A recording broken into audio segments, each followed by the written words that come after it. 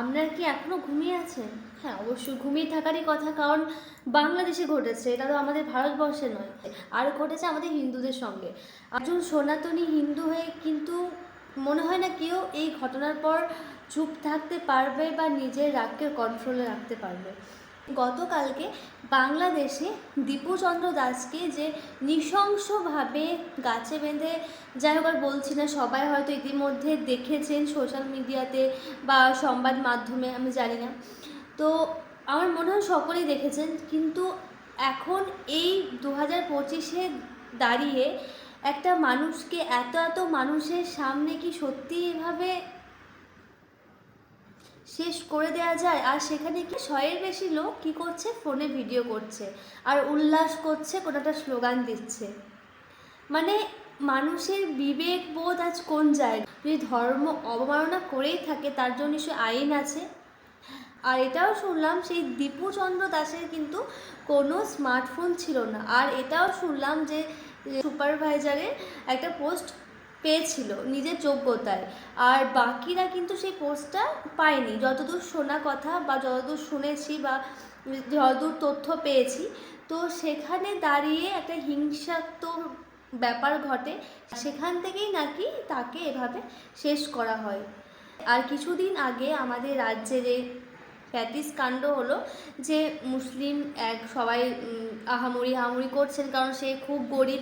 তাহলে দীপুচন্দ্র কিন্তু খুবই একটা দরিদ্র পরিবারের, তার স্ত্রী আছে, মা বাবা আছে, তিনি একমাত্র রোজগারের পথ ছিল তাদের সংসারে। এরপর কি হবে সেটা বুঝতেই পারছেন যে সেই সংসারটা কিন্তু ভেসে যাবে। আর আমাদের দেশের বা রাজ্যে যারা সেকুলার হিন্দু আছেন, যারা কিছুদিন আগে প্যাটিস কাণ্ডে, মানে প্যাটিস বিক্রেতার, তিনি কত গরিব মানুষ, তার পাশে দাঁড়ানোর জন্য একদম রাস্তায় নেমে গেছিলেন, কিন্তু এখন তারা কোথায়? এখন তারা তো চুপ। এটাই কিন্তু সময়, কারণ আজকে হয়েছে বাংলাদেশে, কাল কিন্তু আপনার বাড়িতেও হতে পারে, আপনার পাড়াতেও হতে পারে, আপনার আপনজনের সঙ্গেও হতে পারেন। তখন কি উত্তর দেবেন? তখন আপনার পাশে এসে কে দাঁড়াবে? আমাদের সঙ্গেও কিন্তু ভবিষ্যতে হতে পারে আমাদের আপন। তাই এখন সময় আছে, প্রতিবাদ করুন, না হলে কিন্তু পরে দীপুচন্দ্র দাস কিন্তু আপনি। এটা কোন সমাজ? আমরা নাকি আধুনিক হয়েছি? আচ্ছা, এটা যদি আজ অন্য কারোর সঙ্গে হতো, আজকে দেশ তো তোলপাড় হয়ে যেত। তাই ধর্ম অবমাননা করে থাকলেও তার জন্য নিশ্চয়ই আইন ছিল।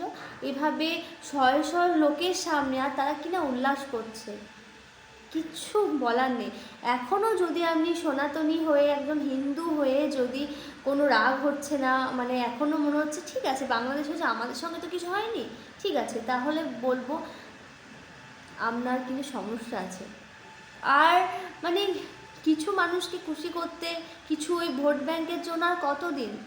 ছি, মানে ভাবলেই তো মানুষের মধ্যে একটা রাগ জাগবে যে একটা মানুষকে, একটা অসহায় মানুষকে এভাবেও কি শেষ করা যায় জনসমক্ষে, সকলের সামনে? তো ব্যস্ততার মধ্যেও আর কিছু না বলে পারলাম না, কারণ একজন সনাতনী হিন্দু হিসাবে আমাদেরও প্রতিবাদ করাটা দরকার। যে যেভাবে পারবেন প্রতিবাদ করাটা সত্যিই দরকার।